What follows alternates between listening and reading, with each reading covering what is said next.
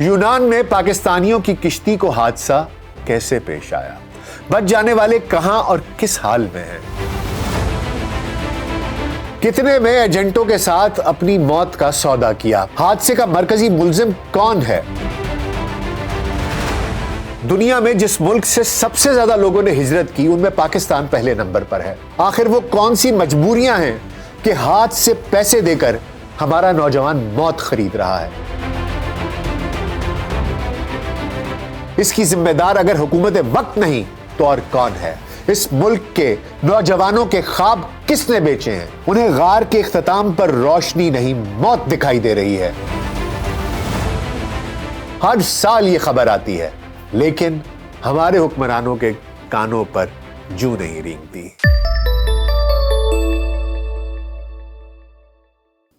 VLC podcast में doctor Nasir bag के साथ आपकी खिदमत में हाजिर हैं। अस्सलाम वालेकुम। अभी 1 साल कबल महफूज मुस्तकबिल की तलाश में गैर कानूनी तौर पर यूरोप जाने वाले 250 पाकिस्तानी नौजवान यूनान के करीब अपने सुहाने सपने समेत बहरा रूम में गर्क हो गए थे। इस बदकिस्मत सानहे के जख्म अभी मुंदमिल नहीं हुए थे कि मजीद 40 पाकिस्तानी इसी यूनान के करीब, इसी बहरा रूम की बेरहम मौजों की नजर हो गए हैं। इस हादसे का शिकार होने वालों में बेशतर की उम्र 13 से 20 साल के दरमियान है, जबकि जाँ बहक होने वालों में 9 अफराद का ताल्लुक मंडी बहाउद्दीन के एक ही गांव से है। खुले समुंदर में यह हादसा कैसे पेश आया? बच जाने वाले अब किस हाल में हैं? उनके लवाहिकीन पर क्या बीत रही है? पाकिस्तान से ये लोग कैसे इस किश्ती तक पहुंचे? एजेंट के साथ कितने में सौदा तय हुआ? लीबिया में इनके साथ क्या सलूक किया गया? हादसे का मरकजी मुल्जिम कौन है? कैसे बच निकला? इस पॉडकास्ट में हम इन तमाम सवालों का जवाब जानने की कोशिश करेंगे। तो सबसे पहले बात करते हैं कि यह हादसा कैसे पेश आया। हादसे में बच जाने वाले पाकिस्तानी बता रहे हैं कि वो लीबिया के शहर तबरूक से 3 किश्तियों में सवार होकर इटली जाने के लिए निकले थे। पहली किश्ती में 6 पाकिस्तानियों समेत 45 अफराद सवार थे। उसमें सवार एक पाकिस्तानी लड़के के सिवा बाकी तमाम अफराद को बचा लिया गया। दूसरी किश्ती में 5 पाकिस्तानियों समेत 47 अफराद सवार थे। इस किश्ती के तमाम मुसाफिरों को भी बचा लिया गया। तीसरी किश्ती में 83 अफराद सवार थे, जिनमें से 76 पाकिस्तानी, 3 बांग्लादेशी, 2 मिस्री और इनके अलावा 2 सूडानी ड्राइवर शामिल थे। किश्ती के 39 अफराद को रेस्क्यू कर लिया गया, जिनमें से 36 पाकिस्तानी हैं, जबकि 39 अफराद लापता हो गए। इन 39 अफराद में से 35 पाकिस्तानी हैं। यूनानी कोस्ट गार्ड ने इन लापता 39 अफराद की तलाश बंद करके उनकी मौत का बाकायदा ऐलान कर दिया है। किश्ती का सूडानी ड्राइवर यूनानी हुक्काम की तहवील में है, जबकि बच जाने वाले तमाम अफराद यूनान में एक कैंप में मौजूद हैं, जहां इस शदीद सर्दी में ना तो उनके पास मुनासिब गर्म कपड़े हैं, ना ही जूते। उनकी जमा पूंजी तो समुंदर में डूब चुकी। एक जान बची है, सो वो भी इस वक्त अजाब से दो चार है। मरने वाले और बच जाने वाले तमाम अफराद का ताल्लुक मंडी बहाउद्दीन, गुजरांवाला, गुजरात, सियालकोट, नारोवाल और आजाद कश्मीर के चंद इजला से है। यूनान में पाकिस्तान के सफारत खाने ने जिंदा बचने वाले 47 अफराद की फहरिस्त जारी की है। इस पर नजर दौड़ाएं तो पता चलता है कि इसमें 12 कम उम्र लड़के भी शामिल हैं।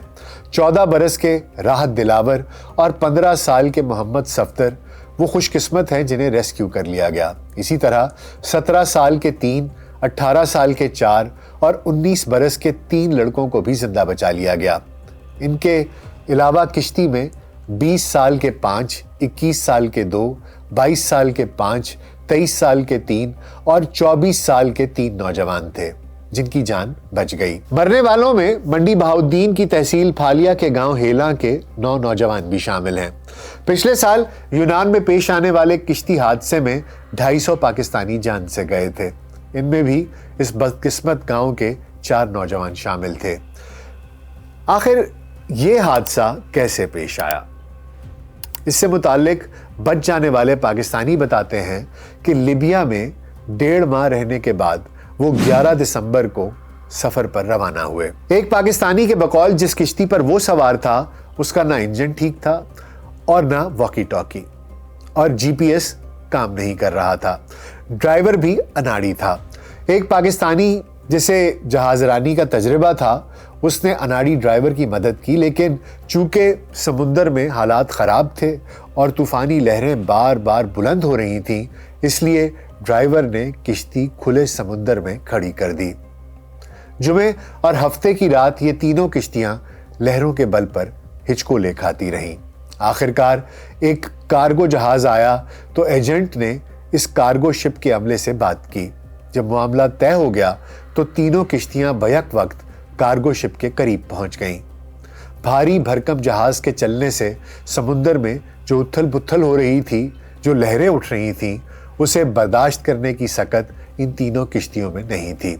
लोग अपनी अपनी किश्तियों से इस कार्गो शिप पर सवार होने की कोशिश कर रहे थे। इसी दौरान ये किश्तियां अपनी खस्ताहाली और अपने कप्तानों के अनाड़ीपन के बायस समुंदर की बुलंद होती लहरों का मुकाबला न कर सकीं और उलट गईं।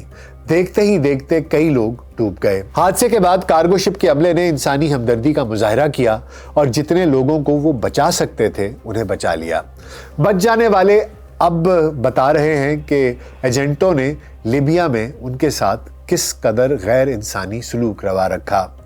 मुतासरीन के मुताबिक लीबिया में वो 1.5-2 माह मकीम रहे। चूंकि वहाँ यूरोप जाने वाले तारिकीन वतन कसीर तादाद में आते हैं, इसलिए किश्तियों की किल्लत के बायस आगे जाने के लिए हर शख्स को वहाँ हफ्तों इंतज़ार करना पड़ता है।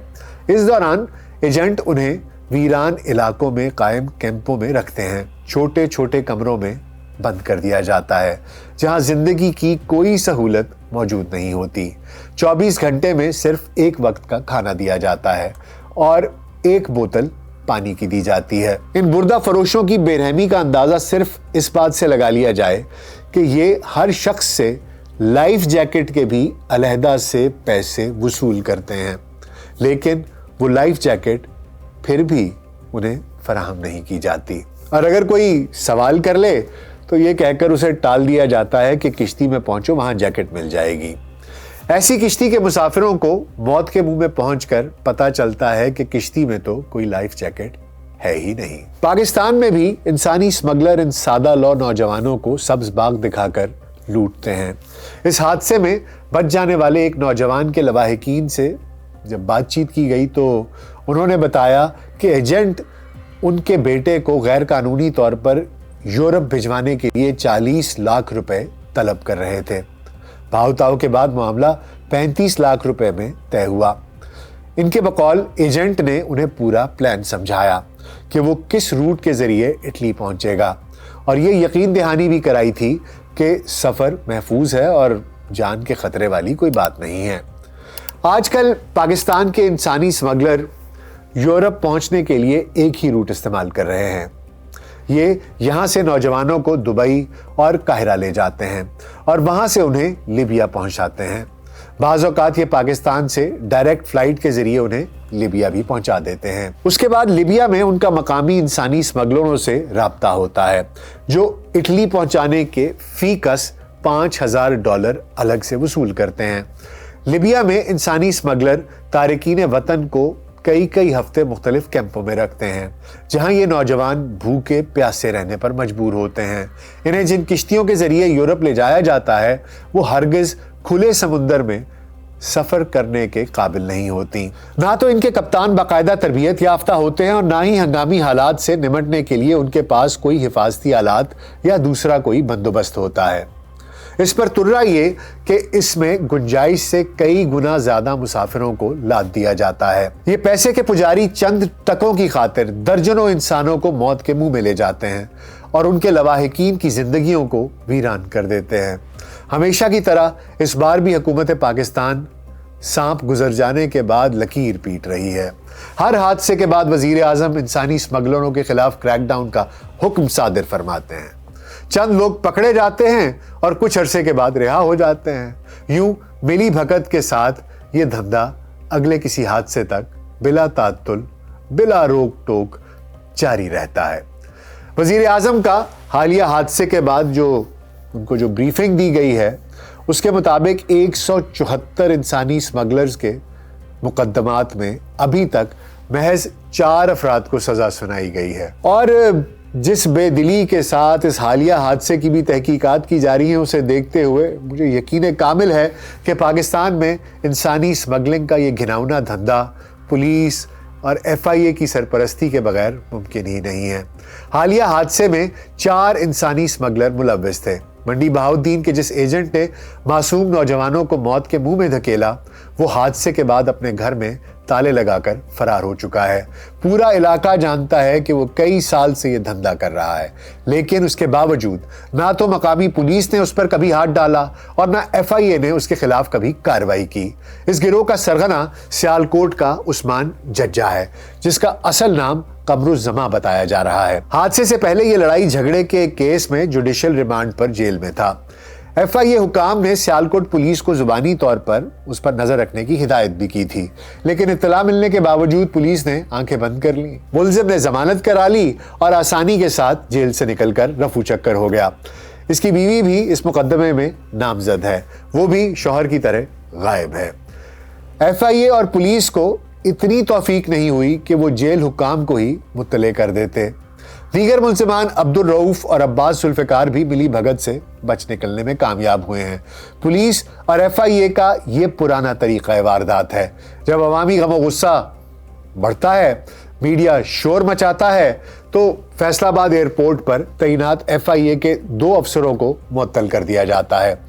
ان دونوں افسروں پر الزام یہ لگایا گیا ہے کہ انہوں نے 13-14 سال کے لڑکوں کو فیصل آباد ایئرپورٹ سے لیبیا بھیجنے کے لیے کلیئرنس دی تھی اور اس کے فرائض انجام دینے میں انہوں نے غفلت کا مظاہرہ کیا تھا۔ اس وقت عالم یہ ہے کہ پولیس اور FIA دونوں ایک دوسرے پر اس حادثے کی ذمہ داری ڈال رہے ہیں۔ پوری دنیا جانتی ہے کہ منڈی بہاؤالدین، گجرات، گجرانوالہ اور سیالکوٹ کے اضلاع انسانی سمگلروں کی جنت ہیں۔ ان انسانی سمگلروں کی تعداد ہزاروں میں نہیں، سینکڑوں میں بھی نہیں۔ یہ 4 سے 5 گروہ ہیں اور ہر گروہ کا اپنا ایک علیحدہ سرغنہ اور علاقہ ہے۔ ہر گروہ کے پاس 10 سے 15 کارندے ہیں جو اپنے اپنے علاقے میں گھوم پھر کر لوگوں کو سبز باغ دکھا کر غیر قانونی طریقے سے یورپ جانے کے لیے ورغلاتے ہیں۔ ان سے نہ صرف پیسوں کا لین دین کرتے ہیں بلکہ علاقے میں ضامن کا بندوبست کرنا بھی انہی کا ذمہ داری ہوتی ہے۔ اگر میں لاہور میں بیٹھ کر ان کے نام، کام اور علاقے سے واقف ہوں تو یہ کیسے ممکن ہے کہ مقامی پولیس اور FIA گجرانوالہ ان سے واقف نہ ہو؟ اس لیے مجھے نہیں لگتا کہ مرنے والوں کے مظلوم لواحقین کو کبھی انصاف مل سکے گا۔ اب سوچنے کی بات یہ ہے کہ لوگ اپنے لخت جگر، اپنے بیٹوں کو یوں مرنے کے لیے کیوں بھیج دیتے ہیں؟ تو پہلی بات تو یہ ہے کہ جب تک دیہات میں ماں باپ فخریہ طور پر لوگوں کو بتاتے رہیں گے کہ یہ عالی شان مکان اور گاڑی یورپ میں مقیم بیٹے کی کمائی سے بنی ہے، تب تک ایسی کشتیاں، ایسے حادثے تب تک جاری رہیں گے، ختم نہیں ہو پائیں گے۔ جب تک اس ملک کا نوجوان اپنا مستقبل یہاں محفوظ نہیں سمجھے گا، ہمارے حکمران اسے مایوسی کے اندھیروں سے نکلنے کے لیے امید کی کوئی کرن نہیں دکھائیں گے، تب تک میرے ملک کے یہ معصوم نوجوان یورپ کے سمندروں میں یوں ہی ڈوبتے رہیں گے۔ والدین یوں ہی اپنے نوجوان بیٹوں کو سمندر کی بے رحم موجوں کے حوالے کرنے پر مجبور رہیں گے۔ یہ وطن، یہ ملک جس میں اللہ سبحانہ تعالیٰ نے نہ جانے کتنے موسم دیے، جہاں پہاڑ دیے، جہاں زرخیز زمینیں دیں، جہاں ریگستان دیے، جہاں سمندر دیے، ہر موسم، ہر پھل، کیا زرخیز ذہن دیے اللہ سبحانہ تعالیٰ نے۔ وہ رہنما نہیں دیے جو اس ملک کے ساتھ، اس ملک کے لوگوں کے ساتھ، ہمارے نوجوانوں کے ساتھ، آنے والی نسلوں کے ساتھ مخلص ہوں۔ ان سب کو اپنی پڑی ہے، ان سب کو اپنے بچوں کی پڑی ہے۔ یہ سب 4 پیسے سمیٹنا چاہتے ہیں۔ اس سے پہلے کہ یہ بوڑھے ہو جائیں، اس سے پہلے کہ یہ مر جائیں، یہ چاہتے ہیں کہ ان کی آنے والی 3، 4، 5، 6، 7، 8، 10، 15، 20 نسلیں راج کریں۔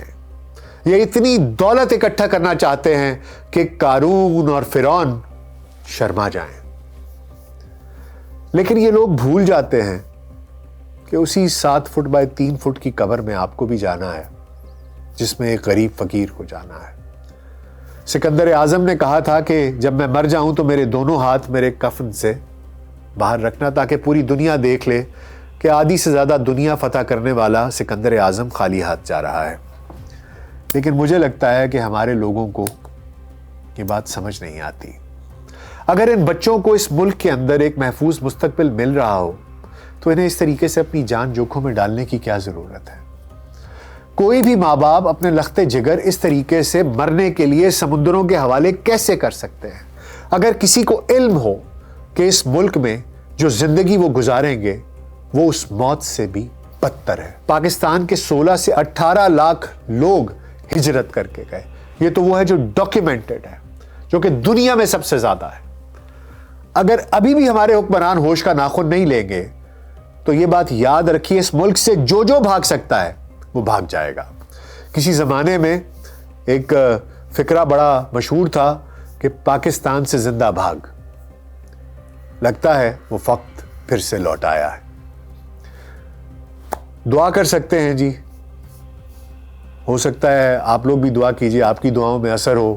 میں تو کر کے تھک گیا کہ اللہ سبحانہ تعالیٰ وطن عزیز کے یہ جو رہنما ہیں ان میں خلوص پیدا کر دے، اس ملک کے لیے بھی، اس ملک کے لوگوں کے لیے بھی، ان کے دل بدل دے، ہمارے دل بدل دے اور پھر دن بھی بدل دے۔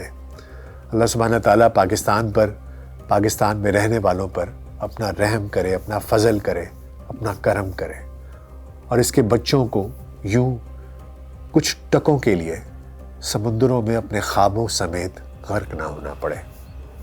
اپنا بہت خیال رکھیے گا۔ اللہ حافظ۔